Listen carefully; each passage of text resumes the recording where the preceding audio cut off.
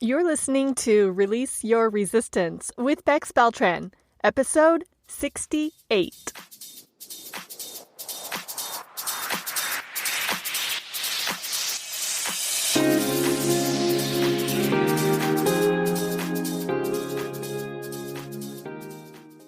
Welcome to Release Your Resistance. This is Bex.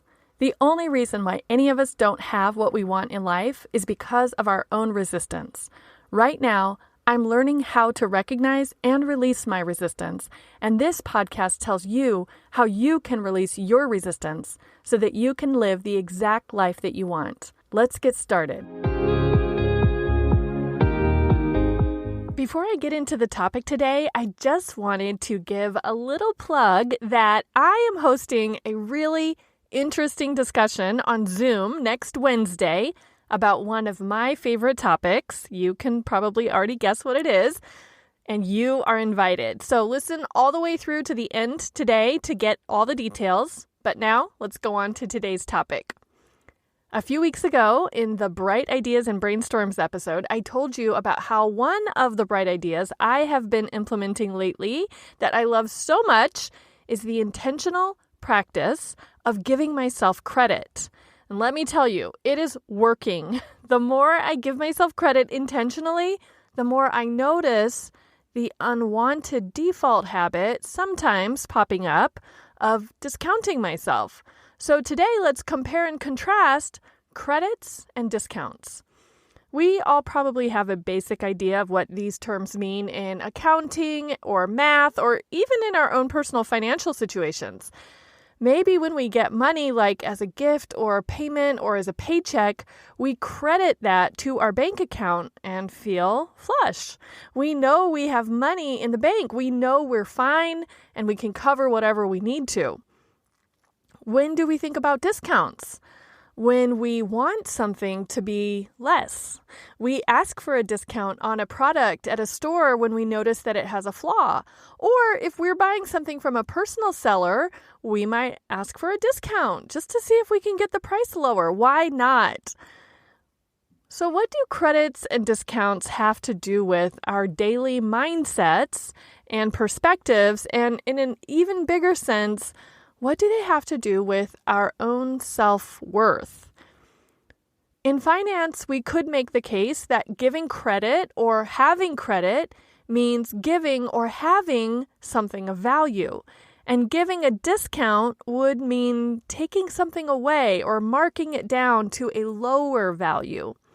And even though that is a very simplistic explanation that I'm sure some economists or marketers or analysts wouldn't agree with, my oversimplification, it is basically true of our own opinion of ourselves. When we give ourselves credit, we have a higher self-worth. And when we discount ourselves, we lower our own perception of our self-worth. What? Have I just blown your mind? When I made this comparison for myself, I kind of blew my own mind a little, especially because I thought, wait, is it that simplistic? And can that actually be true?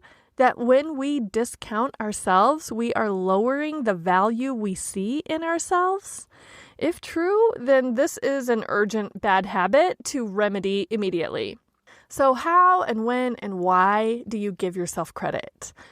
We can give ourselves credit regardless of if anyone else knows about it or if anyone else would agree with us.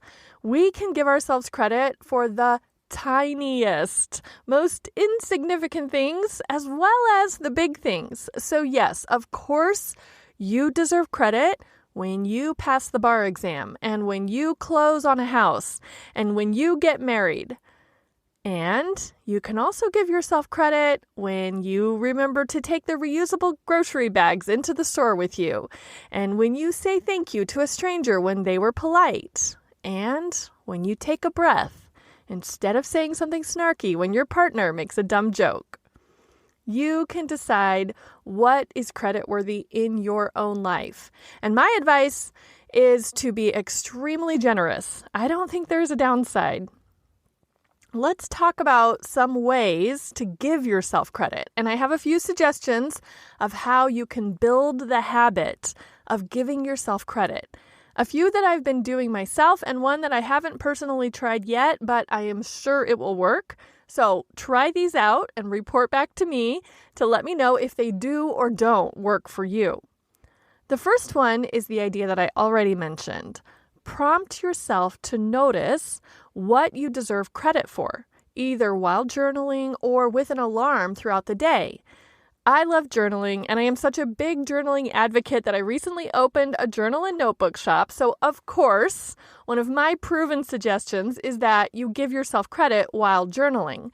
You can do this randomly and sporadically while you're just doing your regular writing, and you can sprinkle little specific prompts in the blank pages of your journal to remind yourself to give yourself credit for specific things, like 10 things I deserve credit for this past weekend, or 5 things I deserve credit for as a sister, or as a member of society, or as a partner, or whatever applies to you.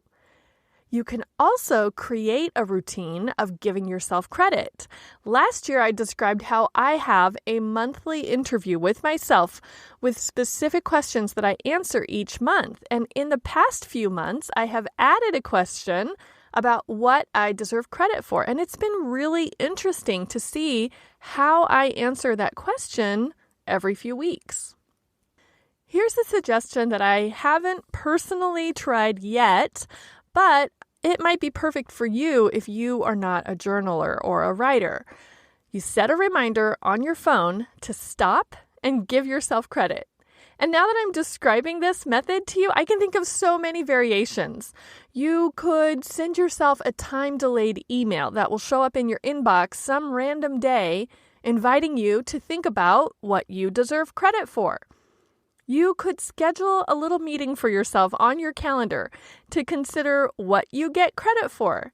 You could use the same phone reminder at the same time each day, or you could randomize the time and the subject.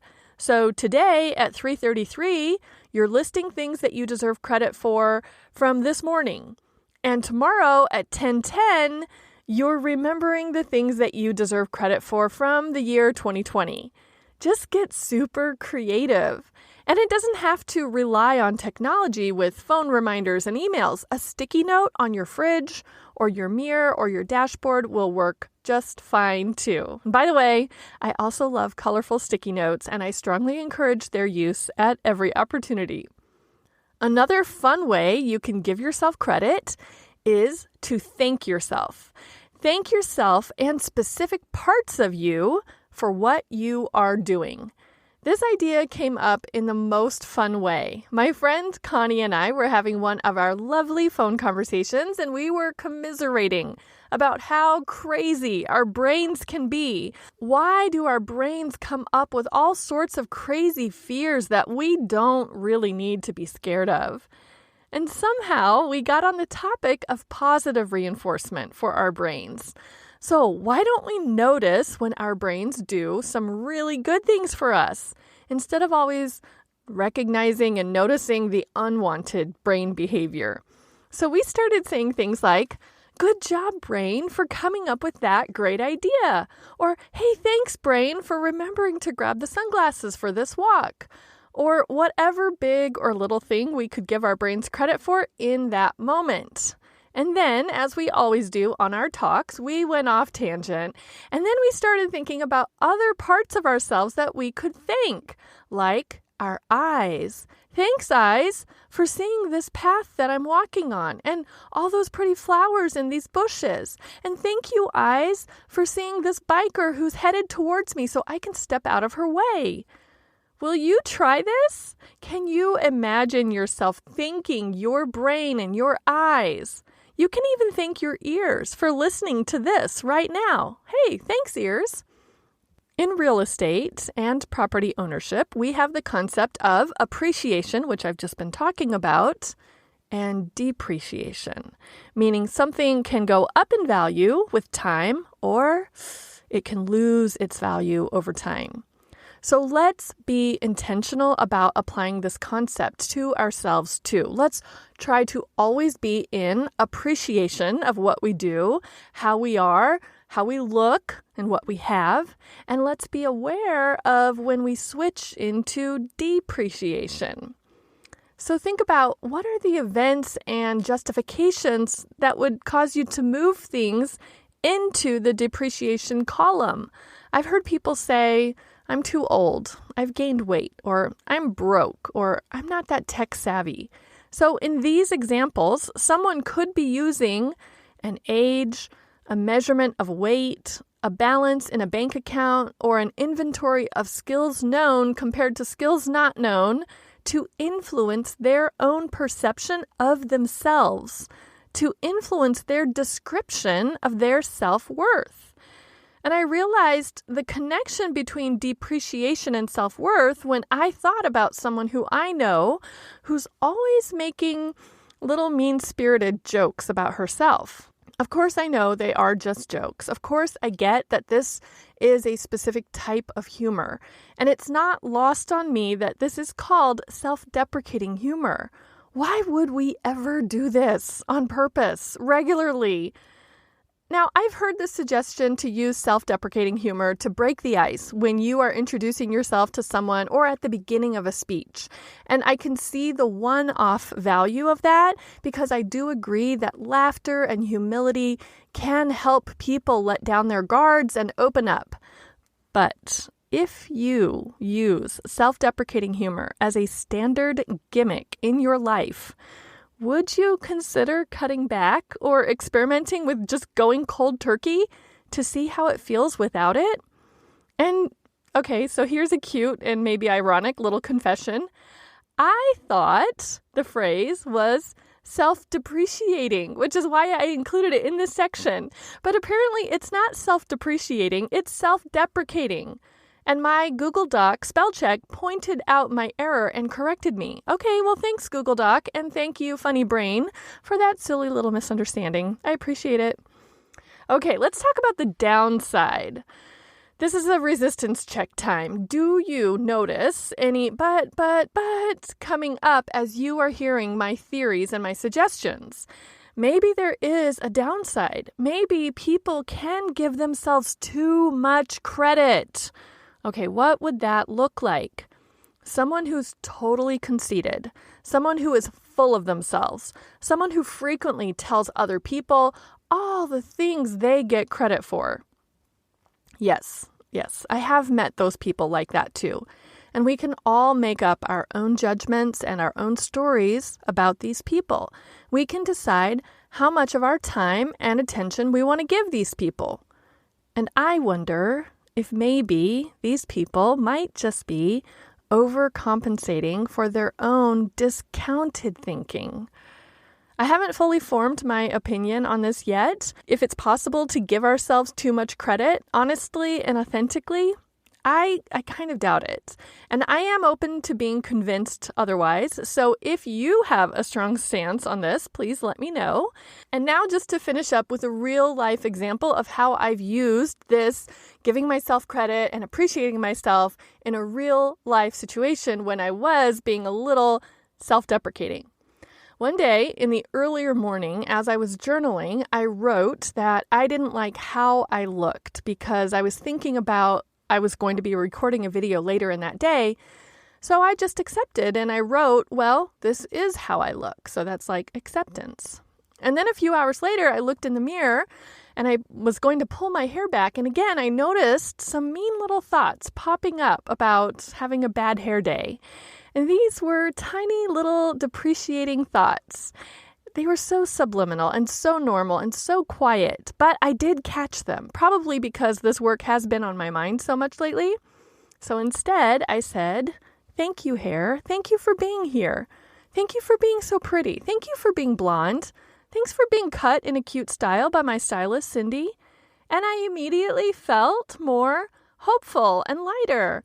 I still knew I would look however I looked in the video. I knew I wouldn't look better than how I actually did look, but suddenly I felt better. And I am 100% sure that makes a difference in how I show up on camera and in life too. So maybe I am completely ridiculous for talking to my hair while I look in the mirror. You know what? I don't care.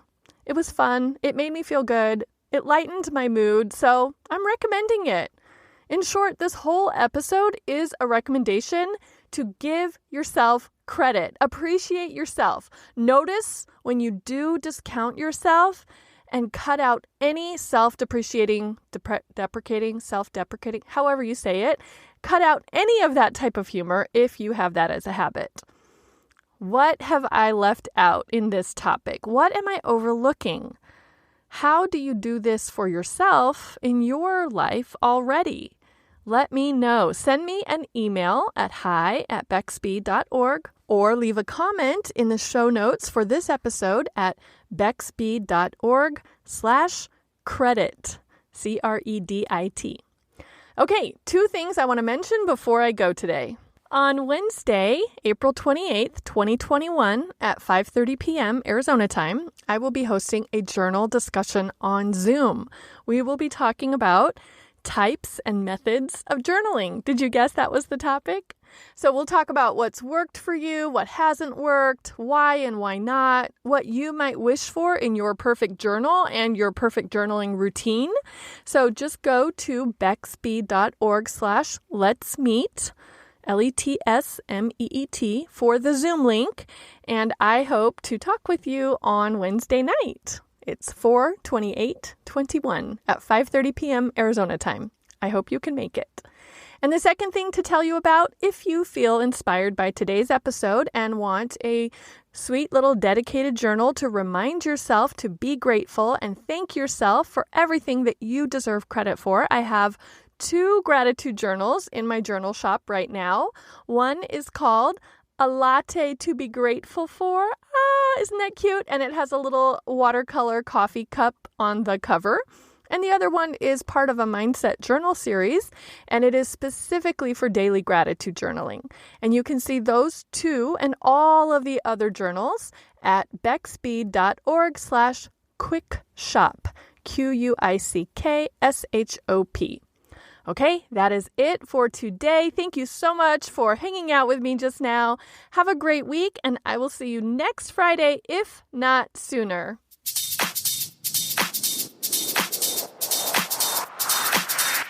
This has been Release Your Resistance. Thank you for listening. If you like this podcast, make sure you're subscribed and leave a review on Apple Podcasts. Also, think about someone who you know who would love this episode and share it with them. There should be a share button on your app if you're listening to this on your phone. If you'd like to continue this conversation one-on-one or in real time, come visit me on my site at bexby.org to see how we can work together.